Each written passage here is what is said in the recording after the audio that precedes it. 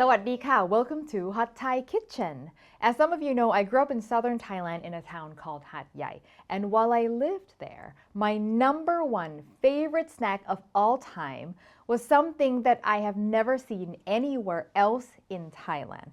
There are these wonderful little dumplings called Kanom Ko, and in English I call them sugar dumplings because they're these soft, chewy dough on the outside with one piece of heavenly, crunchy palm sugar on the inside that melts in your mouth, tossed in coconut. They are so incredibly good. And the memory of eating these fresh from the cart that sold them at the market is my most vivid childhood food memory. But after I left Hat Yai at the age of 12, I never saw them again. Until now. Almost 30 years later, I decided to make them for myself, and when I took my first bite, I almost cried. So I wanted to make this video not just to share these wonderful things with you, but also to immortalize Kanom Ko because such a regional dish can easily disappear if we don't preserve them. So here's a little piece of my childhood and a rare part of Thai food culture that I hope you'll give it a try at home. All right, there are three simple parts that we need to prep: the pandan infused dough, the palm sugar filling, and the coconut for the outside. Let's start with the dough. The dough could not be simpler. You only need two ingredients: glutinous rice flour, more on this in a bit, and some pandan juice, which you can very easily make simply by putting some pandan leaves into a blender, add some water, and then just blend until there are no more big pieces. But don't over blend because it can be bitter if you annihilate it completely. Then strain it out, and that's it. Now the amount in the recipe is going to be about double what you need, but it's hard for the blender to blend anything less than this. So whatever you have extra, just freeze it for next time. And trust me, you will want a next time. All you have to do is add the pandan juice little by little and then mixing it in with your hand. Glutinous rice flour doesn't absorb that much water, so you're not going to need a ton of liquid, which is why I'm very cautious with how much liquid I add. So little at a time is generally safe. Before you add more, make sure the existing liquid has already been kneaded in. All right, now I'm starting to feel like this might be it. I'm almost there. I have a little bit of extra dry flour left. This is the point where you don't want to pour because it's so close that a splash, an uncontrolled splash, might just push you a little bit too far. So I just want to put like half a teaspoon. Sometimes I just dip my hand into the liquid and then use my wet hand to knead it because you're so close that it really doesn't take much at this point. See? Okay, so now with that extra half a teaspoon, we're basically there. And what you're looking for is a dough that no longer stick to your hand when you knead it. And if you were to form it into a shape, it will hold its shape. Now, this is a very forgiving recipe. So if you've got that, it'll work. But for the best possible Kanom Ko, you want this dough to be as soft as possible because a softer dough will also yield a softer dumpling, which I think is better. So if you think the dough can handle a little more liquid, I like to try to push it and get this as soft as possible so that I maximize the softness of the finished product. So I'm just going to add literally half a teaspoon or whatever this is. And the good news is it's so forgiving that if you've accidentally added too much water, all you need to do is add more flour to make up for it. I mean, there are only two ingredients. There's no gluten in this dough, so you can't over mix it. So just, you don't have to be so scared. Okay, I'm gonna put a little tiny bit more.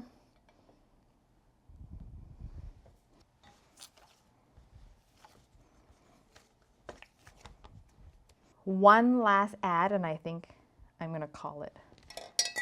All right, so that looks good. The dough feels nice and soft, but still can hold its shape very well. And now it just needs to rest for 30 minutes. Cover it so it doesn't dry out while we prep our other things. Very important note about the flour. For this recipe, you want glutinous rice flour, not regular rice flour. I cannot tell you how many times over the years people have messaged me to say that something went terribly wrong with the recipe, they don't know what happened, and it turns out that they've confused these two flours. They are so completely different. Glutinous rice flour is made from sticky rice, so when cooked it has a chewy, stretchy, mochi-like texture that we want for this, whereas rice flour is made from non-sticky rice, so when cooked it has zero chewiness. When you shop, glutinous rice flour will always indicate glutinous, and regular rice flour will just say rice flour. That's it, okay? And under no circumstance can these two flours ever be substituted for one another. And speaking of rice flours, that brings me to today's sponsor, Pine Brand. Pine Brand has been a longtime friend and sponsor of the show. They make the best Thai glass noodles that you've seen me use many times, and now they also have all the key flours that you would need in Thai dessert making. So glutinous rice flour, tapioca starch, which is also organic, and mung bean starch. If you've got these 4 flours, you can make almost any Thai dessert. And I love that they come in these resealable bags, very convenient.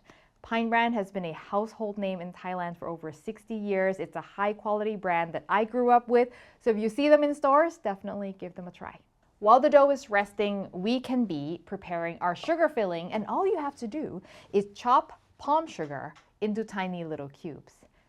But it's trickier than it sounds, because these pucks of palm sugar that you and I have access to, they don't chop into nice pieces. They kind of flake off into bits, like you can see here, right? Like it kind of flakes off into bits. The trick here is you first cut them into big chunks, and then whatever flakes off, flakes off. See, they kind of like crumble into big pieces.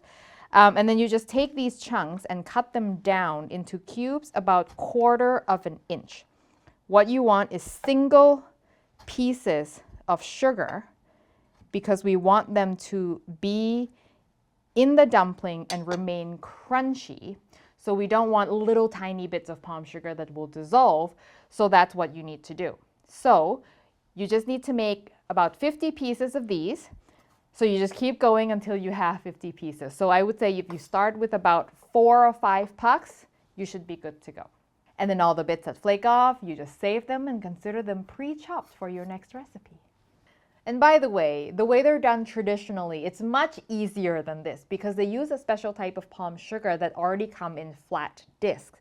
And also, the palm sugar they use is much more pure. Exported palm sugar that you and I have access to have a lot of white sugar mixed in, so they're a lot harder. The pure palm sugar is much softer, so they just chop like it's vegetable. We have to kind of work around it with what we've got. And one last thing to prep, the coconut for the outside. For the coconut, super simple. I've got some dried shredded coconut here, but in Thailand, this would actually be fresh coconut. Not a problem. All we have to do is rehydrate the dried with some hot water. But before that, I'm going to dissolve some salt into the water, and the salt will season the coconut. And that's so important because the saltiness will balance the sweetness of the filling. And if for some reason you're working with fresh coconut, just add salt directly to the fresh coconut and give it a mix. Give that a stir until all the coconut is thoroughly, evenly moistened. Spread it out onto a shallow plate platter type thing. A pie plate works well, a cake pan. And we're going to be rolling the dumplings in here. So just something with a bit of an edge. And that's that. Now we're ready to wrap the dumplings. Now, I hate individually wrapping anything, but this is probably the easiest wrapping job you can do. So you pinch off a bit of dough, about 4 grams. Volume-wise, it's about 3/4 of a teaspoon, but after you make a few, you just eyeball it. Like you'll get an idea of how big it needs to be. Flatten the dough slightly with your finger, put in a piece of palm sugar, and just bring the dough up around the sugar. Once the sugar is no longer visible, roll it between your palms to make a ball, and that's it. It's so easy. Even my 5-year-old was helping me wrap these. So it's a fun family activity as well. The only thing you want to watch for is that the palm sugar is not poking through, because we don't want the sugar to leak out into the water when we boil them, but that's really the only thing you need to worry about. If you've got the right size dough and you're having trouble wrapping the sugar, your sugar is probably too big. So either take more dough or shave them down a little bit. It should be pretty easy to wrap. We're ready to cook, but before we do that, I want to shout out to this beautiful book that inspired me to make this recipe in the first place, Food of Southern Thailand by Austin Bush. I was browsing it and I came across this page with this recipe and I was like, what? My jaw dropped. This was the thing I've been dreaming about for 30 years. So if you are interested in a cultural study of regional Thai cuisine, I highly recommend this book. It's beautiful. Okay, the water is boiling now. I'm going to add the dumplings. I'm just going to do half at a time, and I like to add them one at a time so that they don't stick together, and also they don't create this giant splash of hot water that will burn my hand. And these are going to take about 2 minutes, but no need to set a timer or anything because they will tell you when they're done by floating to the surface. So you can just hang out and wait for them to float, and then that's that. By the way, when I posted a photo of these on Instagram, a lot of followers from Indonesia, Malaysia, and Singapore said that they have a similar thing that's still quite popular in their countries. But for whatever reason, in Thailand, it's like in this specific province and never really expanded to the rest of the country. So here I am trying to expand it to the rest of the country. Sometimes it's hard to tell if they're floating, if the boiling is so vigorous, because they keep getting recirculated. Okay, so I turn it down a little bit. I can see they are mostly boiling. I'll wait for them to all float, because they don't really overcook either. So that's a good thing about these. Okay, I think we're good. Fish them out. And then into the coconut that we have prepared. See, the reason I did this kind of half at a time is because I didn't want to crowd my coconut like I am doing right now. And then while they're still hot, toss them into the coconut. If you didn't crowd them like I did, you can kind of roll them, but now I put too many on the plate and they won't roll. So you just kind of toss them into the coconut. The pandan smell. Like I'm telling you, in a lot of my dessert recipes, I will say, oh, the pandan is optional. It really is not optional here. Like otherwise, it's just plain dough. And it gives the dessert the aroma that is necessary for this dessert. And that's it. It's all done. Now I'm going to transfer this onto a serving plate so then I can put my next batch on here. I'm so excited. This is the moment I've been waiting for, the fruits of my labor. And you want these warm, preferably, or room temp, but don't eat it straight out of the pot because you will burn your mouth.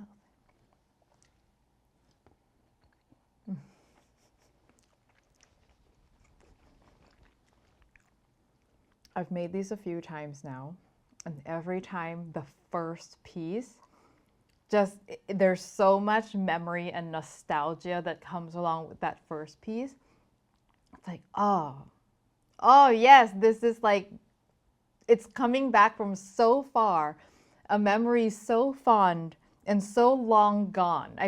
And it tastes so unique. Like if you've had other Thai desserts, like it's so unique. There's not a whole lot that will give you this exact feeling, the crunchy sugar in the middle that melts as you chew it, and the chewy dough, the pandan aroma is very prominent.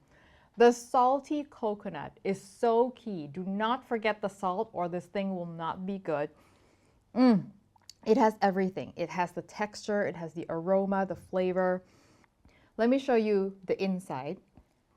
The dough thickness is about that, and the sugar should still be a solid piece. So there'll be a little bit melted on the outside, but the middle should still be a solid piece so you crunch into it and it melts in your mouth. That is the peak of Kanom Ko right there. In Austin's book, his version has toasted mung beans on the outside. That's not the version that I grew up with. The version that I had just had coconut, but you can certainly add that and get even more crunchiness onto it. So I really hope you give this a try. Like, it would make me so happy if something from my childhood makes it into your home halfway across the world.